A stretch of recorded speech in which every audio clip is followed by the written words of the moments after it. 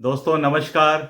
दोस्तों मैं बिमल शाही आप सभी लोगों का अपने चैनल में स्वागत करता हूं और उम्मीद करता हूं कि आप लोग सभी लोग स्वस्थ होंगे एवं मस्त होंगे।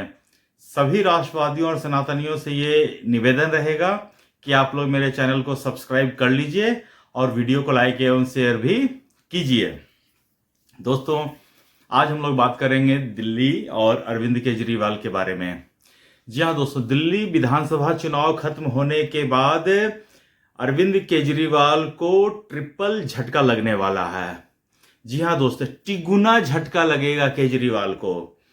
तो आइए समझने का कोशिश करते हैं कि ये अरविंद केजरीवाल को ट्रिपल झटका कैसे लगेगा और बीजेपी ने कैसे इसकी पूरी तैयारी कर रखी है।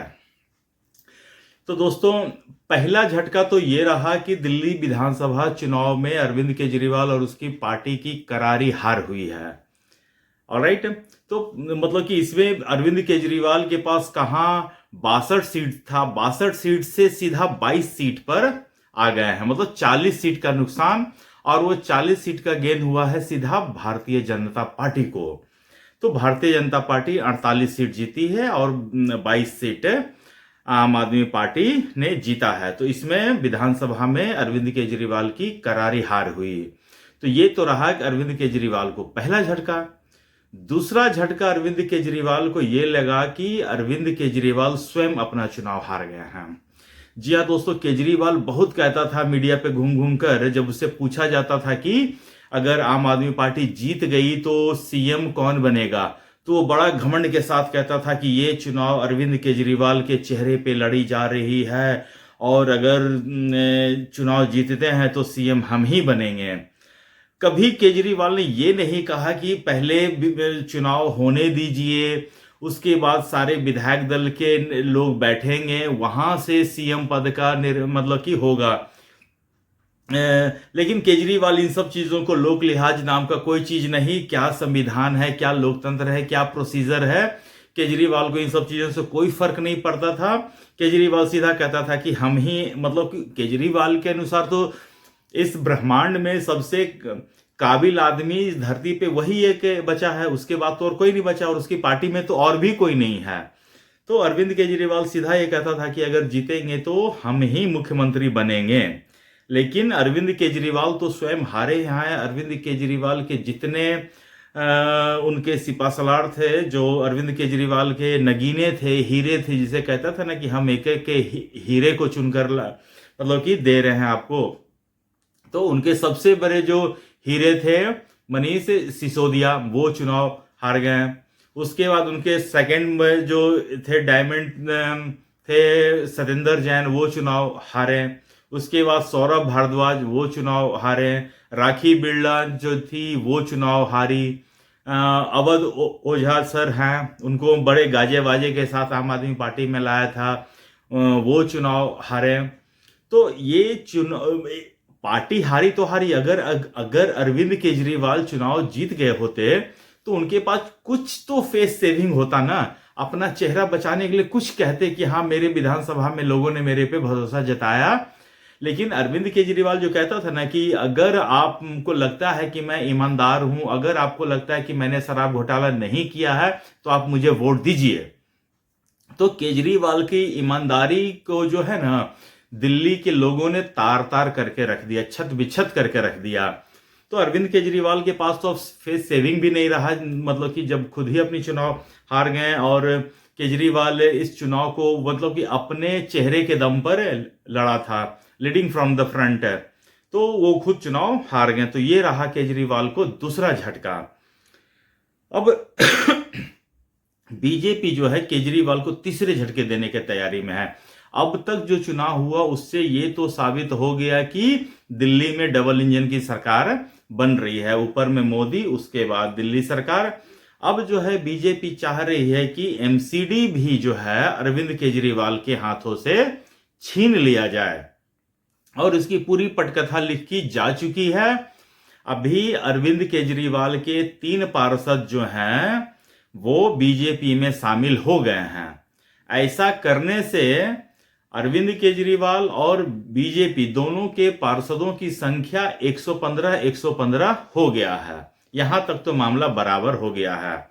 उसके बाद क्या होता है कि जो मेयर का जो चुनाव होता है उसमें थोड़ी सी वोटिंग जो होती है ना, वो डिफरेंट टाइप की होती है। तो जैसे इन लोगों का 115 सीट तो मतलब कि पार्षद है ही, उसके बाद जो होते हैं दिल्ली के सातों सांसद जो हैं वो भी वोट देते हैं। तो वो सातों सांसद बीजेपी के हैं तो बीजेपी को जाएगा वोट। अच्छा, उसके बाद उनके 3 राज्यसभा के सांसद है वो भी वोट देंगे। ठीक है, तो इस तरह से हो गया 115 हर 7, 122 इसका, और 118 पे ये पहुंचे हैं। उसके बाद क्या होता है कि जो विधानसभा के अध्यक्ष होते हैं वो 14 एमएलए को मनोनीत करते हैं मेयर के इलेक्शन में वोट डालने के लिए। तो अगर 14 जो विधायक होते हैं, अगर वो अब बीजेपी पूर्ण बहुमत से जीती है, इसका मतलब कि विधानसभा अध्यक्ष भी बीजेपी का ही बनेगा, और बीजेपी का बनेगा तो बीजेपी अपने सारे विधायकों के नाम शामिल कर देंगे। तो इस तरह 122 और 136 विधायक वोट बीजेपी के हो जाएंगे। और एमसीडी के मेयर को जीतने के लिए टोटल वोटों की संख्या होनी चाहिए 138। तो अभी महीना 1.5 महीना एमसीडी के मेयर के चुनाव होने जाने वाले हैं, और मुझे लगता है कि अभी और भी पार्षद जो हैं पाइपलाइन में हैं जो बीजेपी को किसी भी वक्त ज्वाइन कर सकते हैं। अभी जितने भी पार्षद जो हैं वो आम आदमी पार्टी छोड़कर बीजेपी में जो शामिल हुए हैं, उनका एक ही कहना है कि हम 2 साल से हैं पार्षद हैं और हमें फंड ही नहीं मिल रहा है, तो हम जनता के काम कर ही नहीं पा रहे हैं। तो वो लोग ये चाह रहे हैं कि अब तो केजरीवाल की सरकार भी हट गई है, तो अब तो मतलब कि उनकी सुनवाई करने वाला भी कोई बचेगा नहीं। तो इसीलिए वो ऐसी सरकार के साथ अलाइन होकर चलना चाहते हैं जो जनता के लिए काम करने में यकीन रखता हो। और मतलब कि अलाइनमेंट ऐसी है कि एमसीडी, दिल्ली सरकार और केंद्र सरकार, ये तीनों एक दूसरे के एक ही पार्टी की सरकार है। तो इसमें अब कोई ये नहीं कह सकता है कि ये हमें वो नहीं करने दे रहा है, हमें वो नहीं करने दे रहा है। तो मैं तो बाकी पार्षदों से भी कहूंगा कि अगर आपको भी इस तरह की कोई समस्या आ रही है कि आपकी सुनवाई नहीं हो रही है या अब तक नहीं हुई है, तो 5 साल बाद आपको भी तो चुनाव में जाना है। ऐसा तो नहीं है कि आपको चुनाव में नहीं जाना है। तो आप अगर ये जाके कहेंगे कि हमें तो काम करने नहीं दिया, तो जनता फिर आपको भगाएगी। तो इसलिए अच्छा है कि किसी ऐसे सरकार के साथ अलाइन हो जाइए जो काम में विश्वास रखती है, जो डेवलपमेंट में यकीन रखती है, और जो तू मैं की राजनीति में नहीं रहती है। तो इस तरह से सारे जो पार्षद आए हैं उन्होंने अपनी शिकायत टीवी पर, मीडिया पर बता रहे थे कि उन्हें फंड ही नहीं मिलता है, तो जनता में उनकी काफी नाराजगी है, जनता के काम वो करवा नहीं पा रहे हैं। तो ये सब चीजों को देखते हुए 3 पार्षद जो हैं वो अभी बीजेपी में शामिल हुए हैं। अब आगे भी और भी पार्षद, मुझे जहां तक जानकारी है कि पाइपलाइन में हैं, अब बहुत जल्दी ये लोग भी सब लोग बीजेपी में शामिल हो जाएंगे। तो इस तरह बीजेपी जो है वो आम आदमी पार्टी को दिल्ली में एटलीस्ट क्रश कर देना चाहती है, और इसके पास कोई स्कोप नहीं छोड़ना चाहती है। और आम आदमी पार्टी इसी लायक भी है। जब आदमी का घमंड उसके मतलब कि सिर पे चढ़ जाता है तो उसका विनाश निश्चित होता है। तो यही हाल हो रहा है केजरीवाल के साथ। केजरीवाल ही ना है वो आदमी जो कहता था मोदी जी इस जन्म में तो आप मुझे हरा नहीं सकते हैं। तो केजरीवाल, तुमको मोदी जी ने इसी जन्म में हरा दिया। तो तुम ये बात ध्यान मतलब कि देना, मतलब और बार बार इस चीज को कहीं पे लिख के रख लो। जब कभी भी घमंड आए तो उसको दीवार पर लिख के रख लो, पढ़ लेना कि मोदी जी ने मेरे को दिल्ली में हरा दिया। और केजरीवाल का तो मतलब कि अब तो अस्तित्व ही समाप्त हो रहा है ना। उसके कितने सारे, जैसे ही दिल्ली सरकार का गठन होगा उसके खिलाफ एसआईटी बैठेगी, और दिल्ली में हर एक डिपार्टमेंट में केजरीवाल ने भ्रष्टाचार कर रखा है, घोटाला कर रखा है।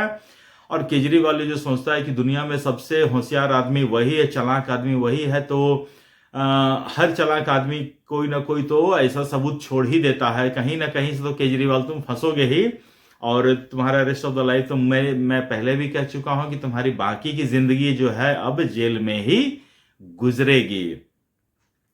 तो दोस्तों आज के लिए मुझे इतना ही अपडेट देना था। आप लोग अपना ख्याल रखिए, स्वस्थ रहिए, मस्त रहिए। तब तक के लिए नमस्कार, बाय।